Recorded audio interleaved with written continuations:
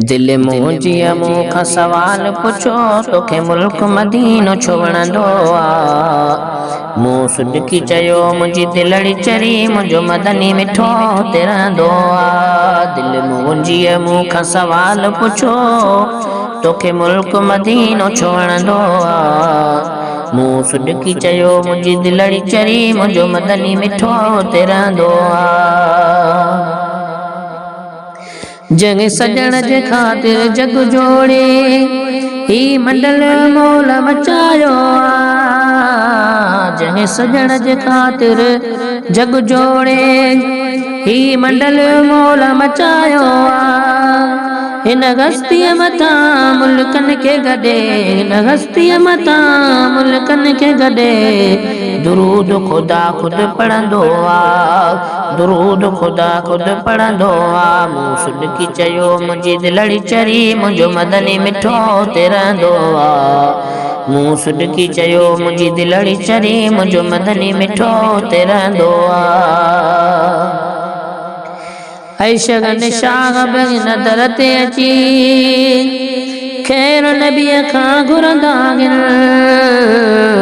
शगन शाह नदर ते अची खैर नबीअ खां घुरंदा आहिनि। साईं एॾो सखी सवालीअ खे वॾा झोल भरे ॾींदो आहे। मूं सुॾकी चयो मुंहिंजी दिलड़ी चरी मुंहिंजो मदनी मिठो हुते रहंदो आहे।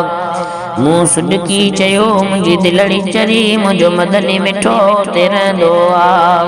दिल मुंहिंजी मूंखां सवाल पुछो तोखे मुल्क मदीनो छो वणंदो आहे। मां मुल्क मदीने जी छा ॻाल्हि कयां ॼण जन्नत में पियो माण्हू घुमे।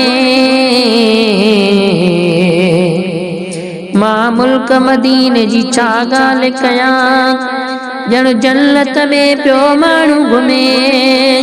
ऐं मर्ज़बा खे मोकल नागे मर्ज़बा खे मोकल नागे हर आशिको ते ख़ुशि रहंदो आहे। मूं सुॾकी चयो मुंहिंजी दिलड़ी चरी मुंहिंजो मदनी मिठो ते रहंदो आहे। दिल मुंहिंजी मूंखां सवाल पुछो तोखे मुल्क मदीनो छो वणंदो आहे। मूं सुॾकी चयो मुंहिंजी दिलड़ी चरी मुंहिंजो मदनी मिठो ते रहंदो आहे। हाय मजबूर आहियां न त अॼु हितां बचण वठी मां लॾड़ो खणां। मजबूर आहियां न त अॼु हितां बचण वठी मां लॾड़ो खणां।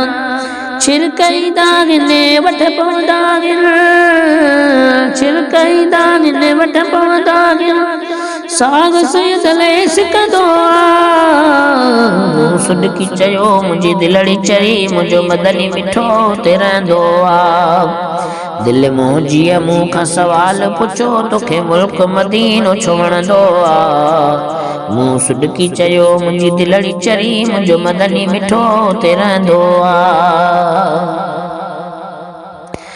हाय अॼु या सुभाणे या मथे महीने नेठ त घोट घुराईंदो।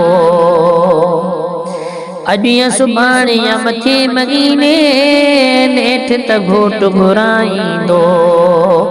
आस उन्हीअ ते इस्माइल जमाली आस उन्हीअ ते इस्माइल जमाली नातू नबीअ ते लिखंदो आहे। मूं सुॾकी चयो मुंहिंजी दिलड़ी चरी मूं सुॾकी चयो मुंहिंजी दिलड़ी चरी मुंहिंजो मदनी मिठो ते रहंदो आहे। दिल मुंहिंजी मूंखां सवाल पुछो तोखे मुल्क मदीनो छो वणंदो आहे।